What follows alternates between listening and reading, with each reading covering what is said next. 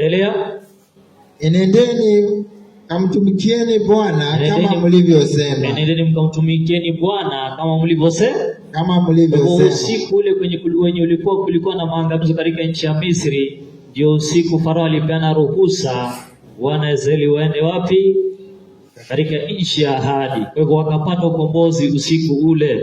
Somo langu la jioni ya leo nimelipatia kichwa hiki, ukombozi wa usiku wa manane. Ukombozi wa usiku wa manane. Kama Mungu alivyokomboa wana Israeli kutoka nchi ya Misri, ndivyo atakavyotukomboa sisi kutoka katika dunia hii ya dhambi. Nisaidie kitabu kinaitwa Isaya 30:29. 30:29. Fungua haraka msomaji. Mstari wa ngapi? Isaya 30. Isaiah 30:29. Soma. 29 inasema hivi. Tunazungumzia ukombozi wa watu wa Mungu. Ukombozi wa usiku wa manane.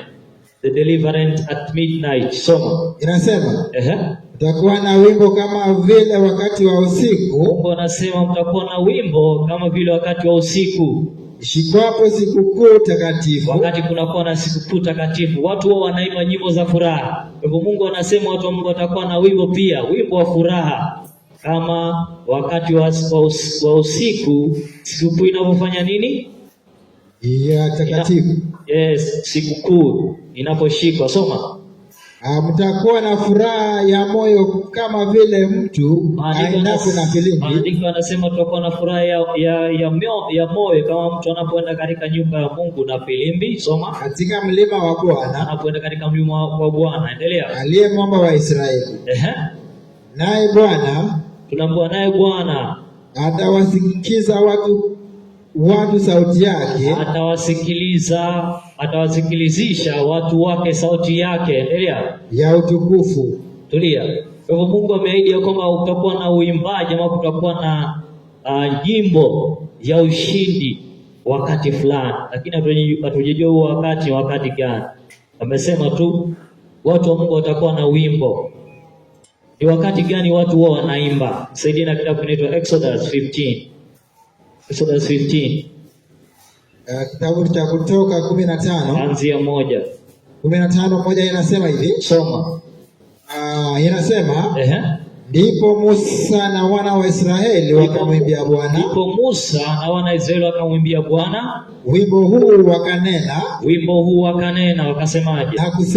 Na kusema nitamwimbia Bwana. Wanasema nitamwimbia Bwana kwa maana ametukuka sana. Maandiko yanasema maana Bwana ametukuka sana. Soma. Farasi na mpanda farasi. Endelea. Amewatupa baharini. Unaona? Endelea. Bwana ni nguvu zangu na wimbo wangu. Asante. Kwa hivyo watu wa Mungu waliimba baada ya ukombozi wao kutoka katika nchi ya Misri. Walipotolewa katika utumwa wa Misri, waliimba. Hasa wakati maadui zao walipoangamia wapi? Ndani katika bahari. Endelea kusoma. Inasema hivi. Naye amekuwa wokovu wangu. Mungu alikuwa wokovu kwa Israeli. Soma. Yeye ni Mungu wangu. Nami nitamsifu. Ni Mungu wa baba yangu. Soma. Nami nitamtukuza.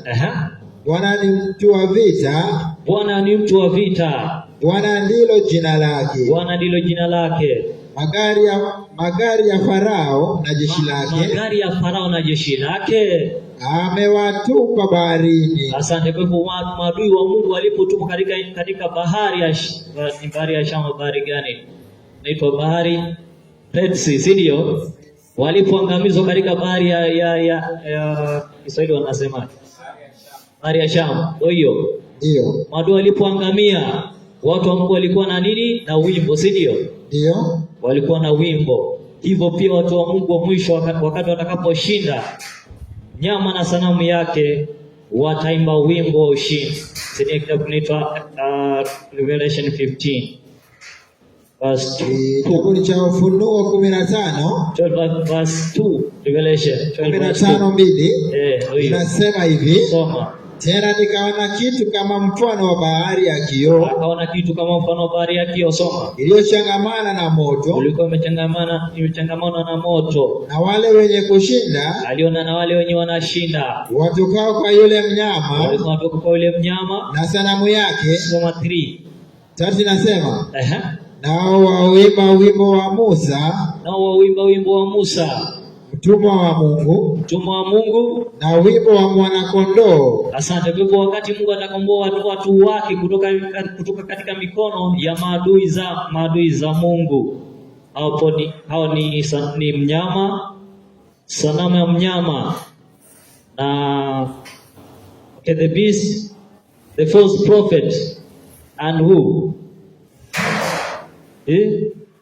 Mnyama, sanamu mnyama na nini? The dragon, ndio? Yes. Joka. Ufunuo 16:13 inasema hivyo, mnyama, sanamu mnyama na nani? Na joka, shetani, maadui za Mungu hao. Mungu atakapowakomboa watakuwa na wimbo. Na wimbo unaitwa wimbo wa Musa na wa mwana-kondoo. Mwana-kondoo, ndio? Ndio. Wimbo huu watawimba wakati gani? Watawimba wakati gani wimbo huu? Ukirudi katika kitabu kinaitwa Isaiah 30:29 inasema watu wa Mungu watakuwa na wimbo. Wakiwa na wimbo, Mungu ataifanya sauti yake iweze kusikika. Unaona? Kitabu cha Isaiah 30:29. So inasema utakuwa na wimbo kama vile wakati wa usiku. Soma. Ishikapo sikukuu takatifu. Utakuwa na furaha ya moyo kama vile mtu aendapo na filimbi katika mlima wa Bwana. Wataimba wakati gani? Soma chini. Aliye mwamba wa Israeli. Aliye mwamba wa Israeli, endelea. Naye Bwana atawasikiliza watu sauti yake. Asante. Kwa hivyo wakati watakuwa na wimbo, Mungu atawasikilizisha nini? Watu sauti yake. Watu sauti yake. Unaona, atulia pale. Kwa hivyo ni wakati tutasikia sauti ya Mungu, ndio watu wa Mungu watafanya nini? Wataimba wimbo wa ushindi, si ndio? Ndio. Wataimba wimbo wa ushindi. Kwani Mungu atazungumza. Kwani kuna wakati tunasikia sauti ya Mungu. Hebu nisaidie kitabu kinaitwa Waebrania 12:25 na 26. Je, kuna kipindi sauti ya Mungu itasikika? Unajua wakati Yesu alikuwa hapa duniani kuna sauti ya Mungu ilisikika, ndio? Wakati wa ubatizo na pia wakati wa transfiguration. Matthew 17 na Matthew 3. Mungu alizungumza. Lakini je, tunauliza kipindi cha mwisho kuna wakati Mungu atazungumza? Soma Waebrania 12:25 na 26. 25-26 kitabu cha Waebrania 2. Ndio. Inasema hivi. Inasemaje? Angalieni. Msikatae yeye anenaye. Mungu anasema msimkatae. Paulo anasema msimkatae yeye anenaye. Maana ikiwa hawakuokoka. Wale waliomkataa. Wale wenye walimkataa Mungu hawakuokoka. Endelea. Yeye aliyewaonya juu ya nchi. Zaidi sana. Hatutaokoka sisi. Tukijiepushe na yeye atuonyaye. Tukijitenga na Mungu mwenye anatuonya hatutaokoka. Endelea. Kutoka mbinguni. Ambaye sauti yake. Tunaambiwa yeye Mungu sauti yake ilitetemesha nchi wakati ule. Soma. Lakini sasa ameahidi akisema. Mungu amepeana ahadi akisema mara moja tena nitatetemesha si nchi tu. Mungu anasema nitatetemesha si nchi tu, bali na mbingu pia. Kuna kipindi kinafika Mungu atatetemesha mbingu na nini? Sema na nchi. Na nchi, sawa? Ndio. Sauti yake itatetemesha mbingu na nchi. Soma kitabu kinaitwa Joeli 3 soma 14.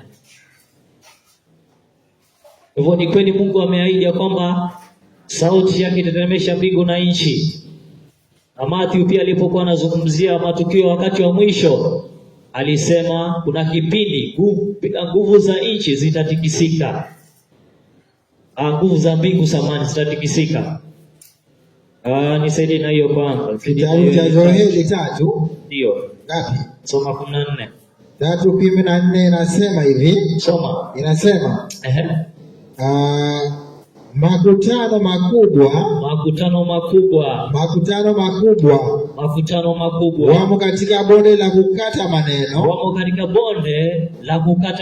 Endelea. Kwa maana siku ya Bwana i karibu katika bonde la kukata maneno. Inasema tukiendelea. Endelea. Jua na mwezi vimetiwa giza, na nyota zimeacha kuangaza.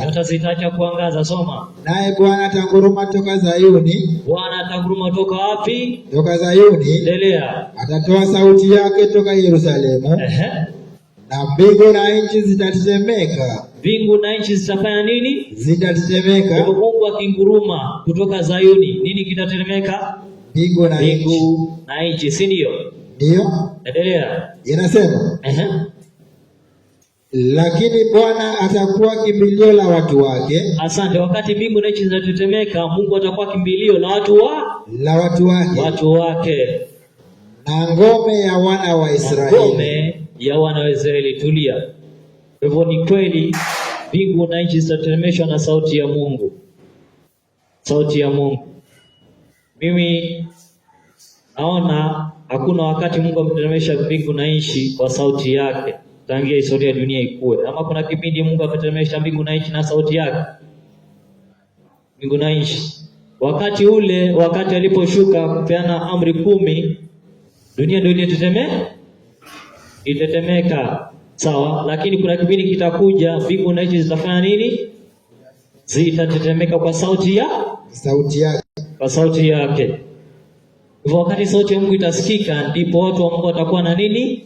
Na wimbo, si ndio? Maana Isaya amesema hivyo. Watu wa Mungu watakuwa na wimbo wa ushindi.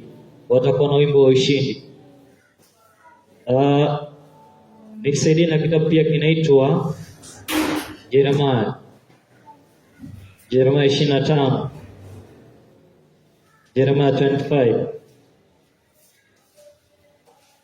Yeremia 25. Ama ataachana hiyo andiko tutasoma baadaye. Sasa tunauliza, wakati Mungu atakomboa watu wake, hii sauti kwanza inaonguruma kutoka mbinguni na kutetemesha dunia na mbingu, ni sauti ya nani? Je, ni ya Yesu ama ni ya Baba? Maana si wao ndio wakuu kule mbinguni, si ndio? Je, ni sauti ya Baba ama ni ya Yesu? Kwanza nani ndo atakomboa watu wa Mungu? Je, ni Yesu ama ni Mungu Baba? Tuanzie pale. Nisaidie kwanza na kitabu kinaitwa Mathayo 24, soma 29. Mathayo 24 na 29. Na 29 inasema hivi. Soma. Lakini mara baada ya dhiki ya siku zile. Asante, tulia kwanza. Watu wanakombolewa kutokana na dhiki, sawa, shida. Lakini andiko linasema la Mathayo 24:29. Lakini soma andiko. Baada ya dhiki ile. Inasema lakini mara baada ya dhiki ya siku zile. Jua litatiwa giza na mwezi. Hautatoa mwanga wake. Endelea. Na nyota zitaanguka mbinguni. Alafu na nguvu za mbinguni zitatikisika. Asante. Baada ya dhiki kuna nyota na mbingu nyota zitaanguka, jua litatiwa giza zamani. Alafu mbingu zitatikisika. Endelea. Ndipo itakapoonekana ishara yake mwana wa Adamu mbinguni. Ndipo mataifa yote ya ulimwengu watakapoomboleza. Asante, tulia. Kwa hivyo baada ya dhiki ndio Yesu anakuja. Ama inaonekana ishara ya nani? Ishara ya mwana wa Adamu. Ishara ya mwana wa Adamu. Kwa hivyo baada ya dhiki ndio anaonekana, si ndio? Ndio. Kwa hivyo dhiki itakuwa imeisha. Kwa hivyo watakatifu kuombolewa katika dhiki, sio Yesu atafanya hiyo. Maana Yesu akija mara ya pili anakuja wakati dhiki imeisha. Lakini maandiko yanasema katika kitabu cha Daniel 12:1, kimbia pale, inasema watu wa Mungu watakombolewa wakati wa taabu, wakati wa si baada ya taabu, ni wakati wa taabu watakombolewa. Yesu akija anakuja kuwapata, anakuja kukuta dhiki imeisha, si ndio? Kwanza kusoma roho nabii nasema wakati Yesu anakuja waonekane mashariki, kabla hajaonekana mashariki, the synagogue of Satan will worship at saints feet. Yani watu waovu wataabudu chini ya miguu ya watakatifu. Kwa hivyo watakatifu tayari watakuwa wamefanya nini? Wamekombolewa. Soma. Danieli 12:1. Soma. Inasema, wakati huo Mikaeli atasimama. Soma. Jemedari mkuu asimaye upande wa wana wa watu wake. Endelea. Nao kutakuwa na wakati wa taabu. Baada ya Mikaeli kusimama kumaliza kazi yake pale mbinguni ya ukuhani, ya upatanishi, kutakuwa na dhiki duniani. Endelea. Mfano wake haukuwepo tangu lilipoanza. Ni wakati wa taabu wenye hujaifanyika duniani. Soma. Lilipoanza kuwapo taifa hata wakati huo. Endelea. Na wakati huo watu wako wataokolewa. Na wakati huo, wakati wa taabu, watu wako wataokolewa. Kila mmoja atakayeonekana ameandikwa katika kitabu kile. Tena wengi wa hao, soma, walalao katika mavumbi ya nchi wataamka. Asante. Kwa hivyo watu watakombolewa wakati wa taabu. Na hii taabu inaitwa taabu ya nani? Taabu ya Yakobo. Watu watakombolewa wakati wa taabu. Kwa hivyo kuna sauti ya ukombozi ambayo itawakomboa watu wa Mungu wakati wa taabu. Kabla Yesu hajakuja mara ya pili, kuna sauti itawakomboa watakatifu wa Mungu. Unaona? Ndio. Sauti itakomboa watakatifu wa Mungu.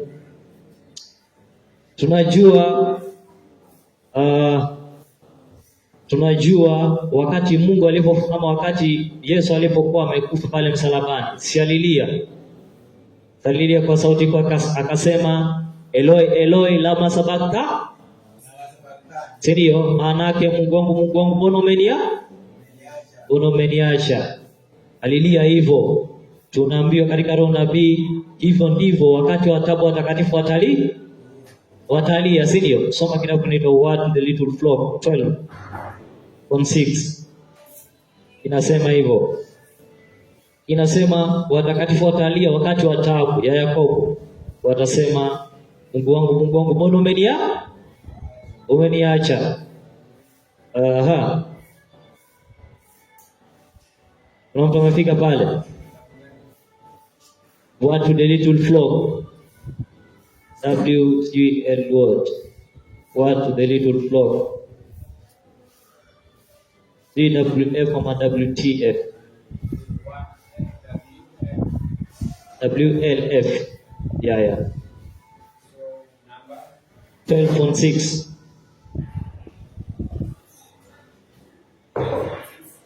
Yeah, 12.6. Some tu kama umefika pale, hata kwa Kiingereza. 12.6. Ndio.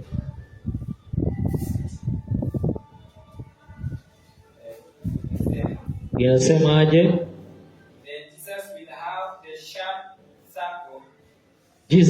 Jesus will have the sharp sickle. Katika Revelation 14. Soma. Atakuwa nao katika mkono wake. Soma.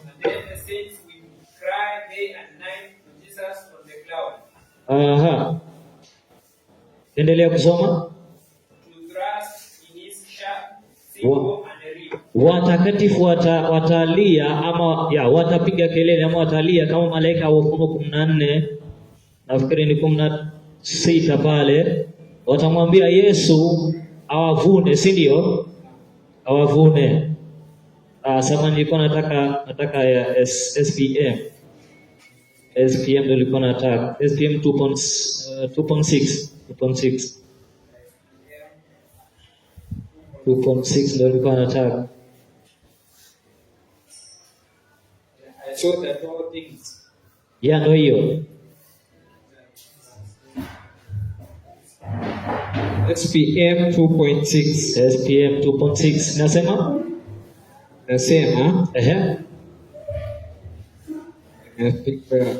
niliona kwamba mambo yote yanatazama sana, mambo yote yanatazama sana na kunyoosha mawazo yao juu ya mgogoro twende unaokuja mbele yao.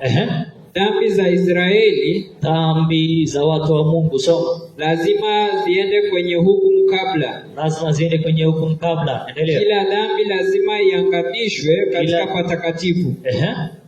Ndipo kazi itasonga. Ndipo kazi itasonga. Soma. Ni lazima ifanyike sasa. Ni lazima ifanyike sasa. Mabaki wakati wa taabu watalia. Mabaki wakati wa taabu watalia. Mungu wangu, Mungu wangu, mbona umeniacha? Watu wa Mungu watalia kipindi cha mwisho. Mungu wangu, Mungu wangu, mbona umeniacha?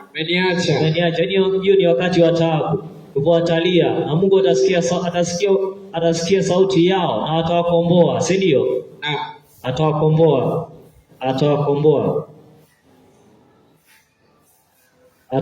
Sasa nataka tuweze kufanya comparison ya wakati Yesu alipokuwa anakufa hadi kufufuka na wakati wa mwisho, tuweze kuelewa ni wakati gani sauti ya Mungu itasikika kipindi chetu. Ukisoma kitabu kinaitwa Matthew, Matthew 27. Matthew 27 verse 51. Kuna kitu kinaitwa special resurrection ilifanyika pale wakati wa Matthew, wakati wa Yesu kufufuka. Na tayari ukisoma kitabu kinaitwa Isaiah, nafikiri Isaiah 26 verse 19. Kwa kuna mtu atasoma hiyo verse aisome kwa Kiingereza, na kutoka kwa Bible inaitwa King James Version ndio italeta vizuri. Tayari Mungu alikuwa ametabiri kwamba Yesu akifufuka atafufuka na wafu kutoka kwa kaburi. Isaiah 26 verse 19. Kama unaisoma kwa King James Version Kiingereza. Kiswahili sijaona Biblia Kiswahili imetafsiri vizuri hiyo andiko. Inasema thy dead men shall live together. Thy dead men shall live together. With my dead body. With my dead body shall they arise. Maiti zenu zitafufuka pamoja na maiti yangu watafufuka. Sawa? Naam. Kwa hivyo wakati Yesu atakapofufuka ilikuwa afuke na kina nani? Na wafu, watu wa Mungu, si ndio? Ndipo Yesu alipofufuka katika Mathayo 27:51 kuna wafu waliofufuka, si ndio? Yes. Kuna wafu waliofufuka. Inasema awake and sing, ye that dwell in dust, for thy dew is as the dew of herbs, and the earth shall cast out the dead. And the earth shall cast out the dead. Asante. Wenda Matthew 27 verse 51. Alafu kidogo tu afungua pale na andiko nalitafuta kwa Kiswahili. 27:51 Matthew inasema natazama pazia la hekalu likapasuka vipande viwili toka juu hata chini. Nchi ikatetemeka, miamba ikapasuka, makaburi yakafunuka, ikainuka miili mingi ya watakatifu waliolala. Ikainuka miili mingi ya watakatifu waliolala. Atulia. Kwa hivyo Yesu alipofufuka kuna watu waliofufuka na yeye. Lakini kabla pale akiwa msalabani kuna sauti ilisikika, ama alilia kwa sauti kuu. Hiyo andiko nafikiri iko John. Utaitafuta. Utaitafuta kwa sababu ya wakati sijaipata.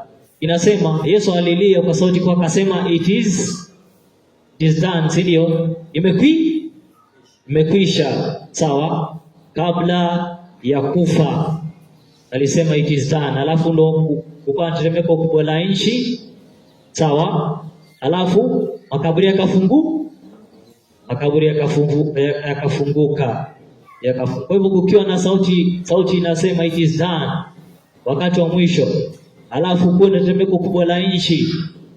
makaburi yanafaa yafunguke. Na tunajua hiyo wakati ndio wakati Mungu atafufua ama atakomboa watu wake. Nisaidie na kitabu kinaitwa Revelation 16:17. Revelation 16:17. Wakati wa pigo la saba. Sema hivi. Wakati wa pigo la saba litakapofanyika, kuna sauti itasikia kutoka mbinguni. Tayari Mungu tumesoma maandiko, ameahidi kwamba atazungumza. Hii sauti itatemesha dunia na mbingu. Kwanza tulia before some hiyo andiko. Nataka tusome kitabu kinaitwa Early Writing 41. Tusome hiyo alafu tusome hiyo andiko. Matthew 24:29 inasema, baada ya dhiki jua litatia giza, mwezi utatoa mwanga wake. Alafu inasema nyota za mbinguni zitaanguka. Alafu inasema nguvu za mbinguni zitafanya nini? Zitatikisika, si ndio? Zitatikisika. Nini kitatikisa mbingu? Kitatikisa nguvu za mbinguni. Sauti ya Mungu, si ndio? Ndio. Sasa nataka tusome andiko la Early Writing 41. Early Writing 41. Sauti ya Mungu itatemesha mbingu na dunia. Nguvu za mbingu zitatikisika na pia nguvu za dunia zitatikisika. Bwana alinipa mtazamo, soma. Wakutikiswa kwa nguvu za mbingu. Wakutikiswa kwa nguvu za mbingu. Niliona kwamba wakati Bwana aliposema mbingu, wakati Mungu alisema mbingu, katika kutoa ishara zilizoandikwa na Mathayo, Marko na Luka. Endelea. Alimaanisha mbingu. Unaona, Mungu aliposema mbingu, wakati anapeana ishara zilizoandikwa na Mathayo, Luka na Marko, alimaanisha mbingu. Soma. Na aliposema dunia, na Mungu aliposema dunia, alimaanisha dunia. Soma. Nguvu za mbinguni ni jua. Sasa tunaambiwa nguvu za mbinguni ni jua, mwezi na nyota. Sawa? Kwa hivyo nguvu za mbinguni zitakapotikisika, nini kitaathirika? Jua, nyota na mwezi. Asante, endelea. Wanatawala mbinguni. Nguvu za dunia ni zile zinazotawala duniani. Nguvu za mbingu zinatikisika kwa sauti ya Mungu. Tunaambiwa nguvu za mbingu zitatikisika kwa sauti ya nani? Ya Mungu. Endelea. Kisha jua, mwezi na nyota zitahamishwa kutoka mahali pake. Anasema zitahamishwa kutoka mahali pake. Hawatapita bali watatikiswa na sauti ya Mungu. Lakini hazitapita, zitatikiswa tu kwa sauti ya nani? Ya Mungu. Wanaotawala dunia ndio nguvu za dunia. Hao wanatikiswa na matukio yanayofanyika duniani. Hao ni viongozi wa dunia. Wanatikiswa na matukio ambayo yanafanyika duniani. Ukisoma hiyo quotation itakwambia kuna vita, hizo ndio zinatemesha nguvu za dunia. Vita, pestilences, matukio ya kutisha ya hapa duniani yanatikisa nguvu za dunia. Alafu nguvu za mbingu zinatikiswa na sauti ya Mungu.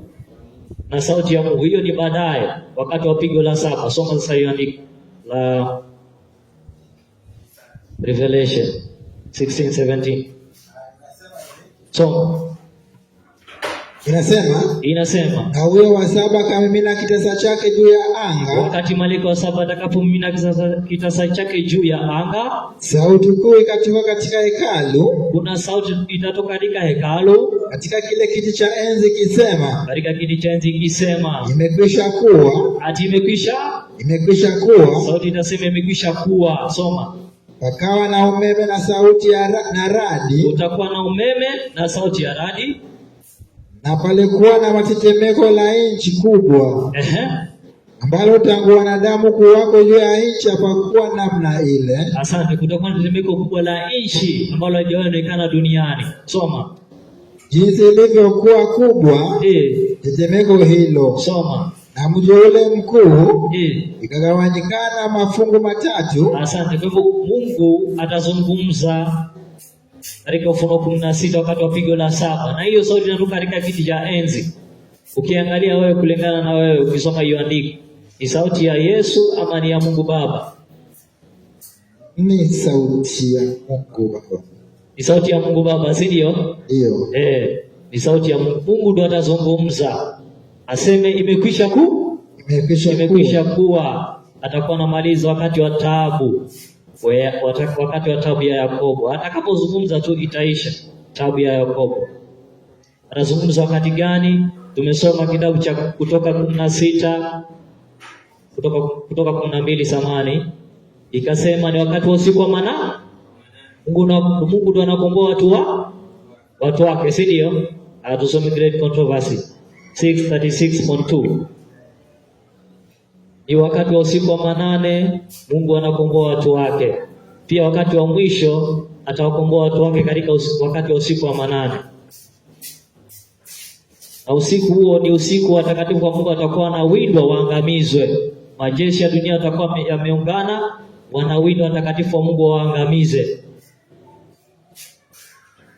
Kwa hivyo watakatifu wa Mungu watakuwa wanalia usiku na mchana wakimwambia Yesu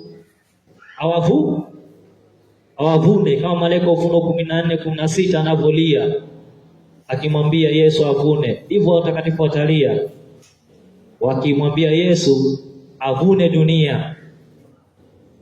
Umefika? Naam. Inasema hivi. Sauti hiyo utetemesha mbingu na dunia. Nataka hapo juu. Hapana. Hapo unasoma huko juu. Ni wakati wa usiku wa manane. Ndio hapo sasa. Haya, inasema hivi. Ni wakati wa usiku wa manane. Ni wakati wa usiku wa manane. Soma. Ambao Mungu huonyesha uwezo wake kwa ajili ya kuokoa watu wake. Kwa hivyo Mungu atakomboa watu wake usiku wa manane. Usiku wa manane, endelea. Jua litatokea likiangaza katika nguvu zake. Jua linatokea likiangaza kwa nguvu zake. Ishara na maajabu hufuatia kwa mfululizo wa haraka. Soma. Waovu walitazama tukio hilo kwa hofu na mshangao. Wanaangalia tukio hili kwa hofu na kushangaa. Huku wenye haki wakitazama dalili hizo. Wenye haki wanaangalia dalili hizo za kuokolewa kwao kwa furaha kubwa sana. Asante. Kwa hivyo wataangalia matukio haya kwa furaha kubwa, wakijua kama ni nini, ni dalili ama ni ishara za ukombozi wao. Asoma hii pia. Soma CET kurasa 100. CET, Christian Experience and Teachings of Ellen White, kurasa wa 100.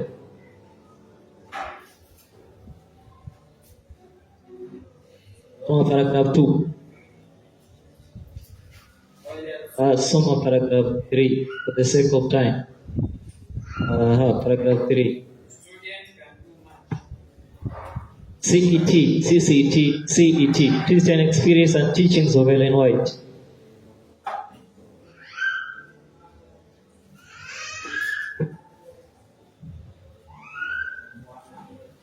CET. Yeah, .3.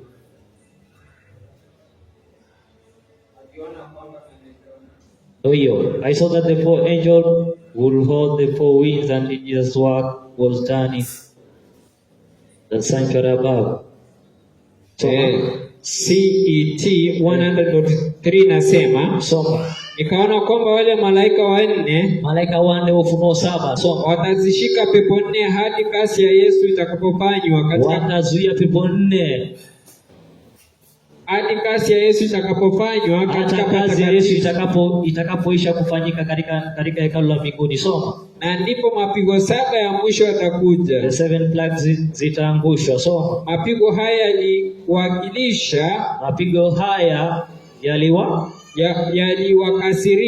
yaliwakasirisha waovu juu ya wenye haki. Walidhani kuwa tumewaletea hukumu za Mwenyezi Mungu. Watasema wao wanafanya tunapigwa na mapigo 7. Hawataki kubali vile tunasema.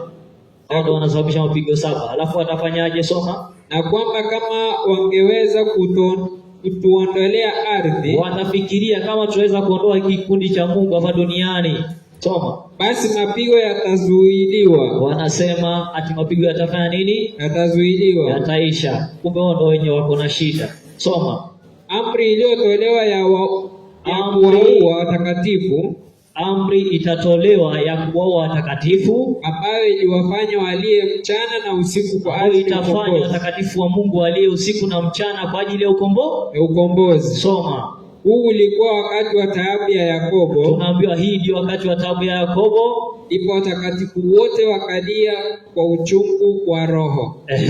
Watakombolewa na sauti ya Mungu. Watakombolewa na sauti ya nani? Ya Mungu. Soma. Wale 144,000 wale 144,000 walishinda. Soma. Nyuso zao ziliangazwa na utukufu wa Mungu. Asante. Kwa hivyo quotation inatuonyesha kwamba sauti ya Mungu ndio itawakomboa watu wake wakati wa taabu. Inaitwa taabu ya Yakobo. Taabu ya Yakobo. Ni taabu ya Yakobo. Na wakati huo ndio watu wa Mungu wataimba wimbo wa ushindi. Unaitwa wimbo wa ushindi dhidi ya mnyama na sanamu yake. Nataka tusome hii quotation. Soma hii quotation. Inaitwa CET 95. Rudi nyuma tu. From 3.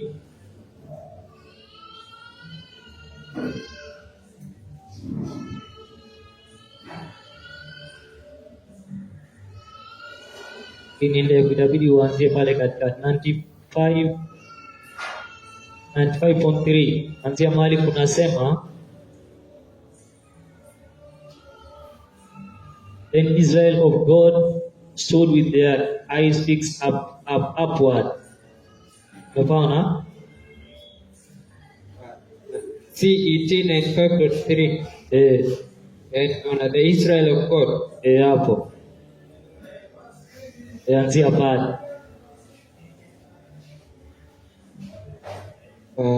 Waisraeli wa Mungu walisimama wakiwa wamekaziwa macho ya juu. Watasoma wakiangalia macho yao juu mbinguni. Soma. Wakisikiliza maneno hayo yalipotoka katika kinywa cha Yehova. Watasikia Mungu akizungumza. Soma. Na kuviringika duniani kama ngurumo kubwa zaidi. Endelea. Ilikuwa Avil makini. Soma. Na mwisho wa kila sentensi watakatifu walipaza sauti. Maneno yalizunguka duniani kama tanda, sawa? Naam. Alafu anasema na mwisho wa kila sentensi baada ya Mungu kuzungumza, watakatifu walipaza sauti. Watakatifu walipaza sauti. Utukufu. Walipaza sauti zao kwa utukufu wakisema, haleluya. Haleluya. Nyuso zao ziliangazwa na utukufu wa Mungu. Nyuso za watakatifu ziliangaza na utukufu wa Mungu. Na wakang'aa kwa utukufu. Endelea. Kama vile uso wa Musa ulivyoangaza uliposhuka kutoka Sinai. Waovu hawakuweza kuwatazama kwa ajili ya utukufu. Waovu wataweza kuwatazama watakatifu wa Mungu, maana watakuwa wametukuzwa. Na wakati baraka isiyoisha ilipotamkwa juu ya wale waliomheshimu Mungu katika kuitakasa sabato yake. Wakati Mungu atatangaza baraka yake kwa watakatifu wake, kuna nini kitafanyika? Soma. Palikuwa na sauti kuu ya ushindi juu ya mnyama na sanamu yake. Watakatifu wataimba ushindi mkubwa juu ya nani? Ya mnyama na sanamu yake. Asante. Kwa hivyo wakati Mungu atakapozungumza, na baada ya kuzungumza, baada ya kusema it is done, atazungumza. Alafu ukisoma kutoka za kuonyesha vizuri, sheria 10 za Mungu zitaonekana. Alafu sabato ya Mungu itaangaza kwa nguvu zaidi, sawa? Alafu baada ya pale anapeana kitu kinaitwa the everlasting covenant kwa watakatifu wake, sawa? Baada ya pale anapeana siku na saa ya kuja kwa nani? Kwa mwanawe, si ndio? Kwa mwanawe. Alafu ndio baada ya pale safari ya Yesu inaanza kutoka mbinguni hadi wapi? Hadi duniani, sawa? Na anatokea upande wa mashariki kule, ndo ataonekana mara ya kwanza.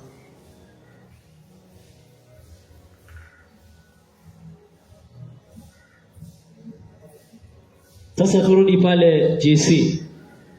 Rudi pale GC. Soma 36 636. Soma pale tu niweze kumalizia. Nimesikia nimeongeza dakika ngapi? Takriban 10. Dakika 8. Maana kuna watu wamekula dakika zangu.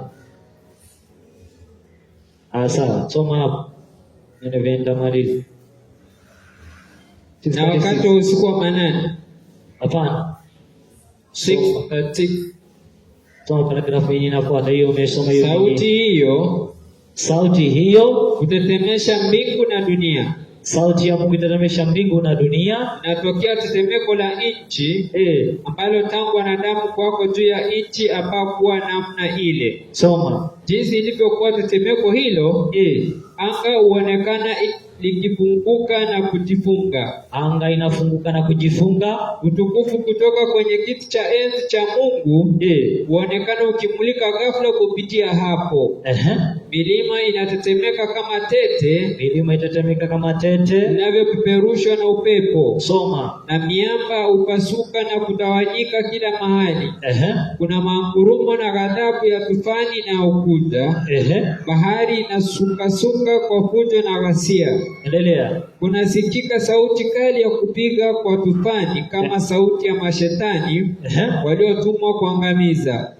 Dunia yote inavuvuma na kuvimba kama mawimbi ya bahari. Soma. Uso wake unavunjika, misingi yake mikubwa inaonekana kung'olewa. Sasa soma paragrafu nyingine pale. Makaburi yanafunguliwa. Makaburi yanafunguka. Na wengi hao wanaolala katika mavumbi ya nchi wakaamka, wengine wapate uzima wa milele na wengine wapate aibu ya kudharauliwa milele. Asante. Daniel 12:1. Wote waliokufa katika imani ya ujumbe wa malaika yule wa watatu. Anasema wote waliokufa katika imani ya ujumbe wa malaika yule wa watatu watafufuka kutoka makaburini wakiwa wametukuzwa. Ili wasikie agano la Mungu la amani pamoja na wale ambao wameishika sheria yake. Asante. Kwa hivyo kabla Mungu hajapeana agano lake, hajatangaza agano lake, na hao waliomchoma, kuna watu watafufuliwa, wanaitwa waliokufa katika imani ya nini? Ujumbe wa malaika watatu. Ujumbe wa malaika watatu, sawa. Na wale waliomchoma pia watafufuliwa katika kikundi, katika ufufuo unaitwa special resurrection. Sawa? Naam.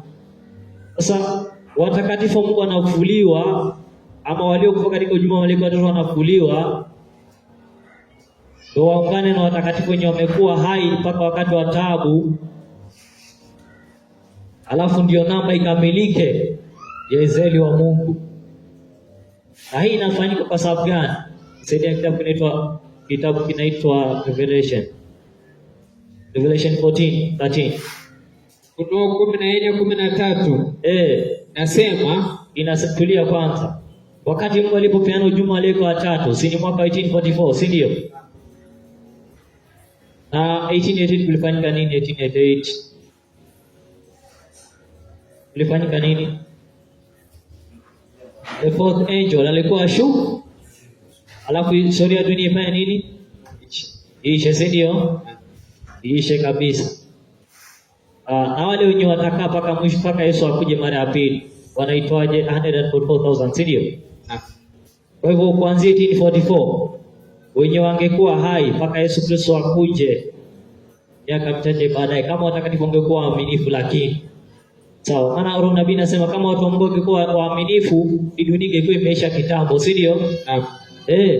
Kwa hivyo wale wenye waliishi kuanzia 1844 kuendelea mbele walikuwa privilege, ama walikuwa na haki ama na bahati, sio ni ile bahati ama blessing ya kuwa miongoni mwa kina nani?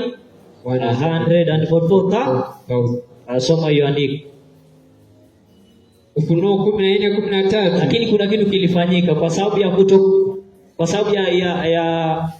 ukosefu ya watu wengine watakatifu waaminifu wa Mungu, ilibidi wafanye nini? Ama dunia ilibidi ifanye nini? Ikae baada ya muda mgani? Muda mwingi, si ndio? Ama the time iongezwe, si ndio? Muda usonge. Kwa hivyo muda unaposonga, wale wenye walikuwa miongoni mwa 144,000 wangekufa. si wangekufa, si ndio? Sasa ndo wasikose hiyo nafasi ya kuwa miongoni mwa 144,000. Mungu angefanyaje? Si atawafufua tena, si ndio? Mungu angewafufua tena. Ndio maana kuna andiko kama hilo unaweza ukalipata katika Biblia la Revelation 14 verse 13. Soma tusikie inasemaje. Nikasikia sauti kutoka mbinguni ikisema, maandiko anasema akasikia sauti nyingine kutoka mbinguni ikisema, andika. Heri wafu wafao katika Bwana tangu sasa. Unaona? Heri wafu wafao katika Bwana tangu sasa. Tangu 1844.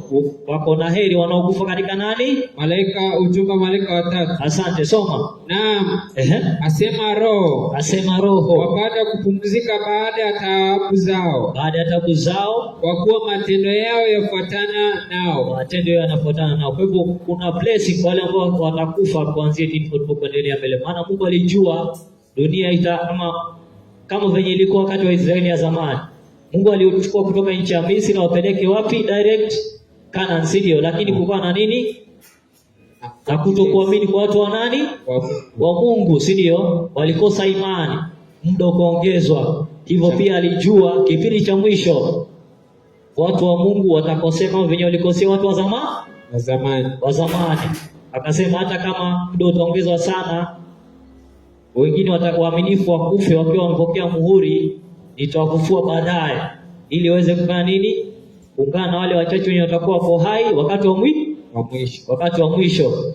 Wamuone Yesu akija kutoka wapi? Kutoka mbinguni, sawa? Kutoka mbinguni. Kwa hivyo special resurrection itafanyika, ni ufufuo maalum, sio wa kila mtu, sawa? Kitu special kwa ni ya kila mtu. Ya watu special, si ndio? Hivyo wale ambao watang'ang'ana, Roho nabii anasema strive all our being to be among the 144,000. Tung'ang'ane kwa nguvu zetu zenye tuko nazo, tukue miongoni mwa kina nani? 144,000, sawa? 7 BC 971. Point nimeisahau, inasema hivyo, sawa? Hivyo wale watang'ang'ana, hata ukikufa usiwe na shida. Kuna ufufuo maalum unakuja, utafufuliwa, uone nani? Uone wenzako 144,000 utakuwa pale. Kwa hivyo kufa wakati wetu sio kuangamia, sio kupoteza nafasi kwa 144,000. Unaweza ukakufa na pia ukawa miongoni mwa hiyo namba. Ningekuwa na wakati ningewasomea quotations za Roho nabii na zingine za pioneers wetu kama James White, kama atidizao wenye Great EDA Daniel Revelation imeandika, sawa? Ningewasomea watumishi wengine, anaitwa Logbara, mwingine anaitwa nani yule mtoto wa Ellen White, nani yule? Willie White, sawa? Ningewasomea hizo quotation tuweze kuziona vile wanasema kuhusiana wenye walikufa kuanzia 1844 mpaka katikati. Je, watakuwa miongoni mwa 144,000 ama watakosa hiyo nafasi?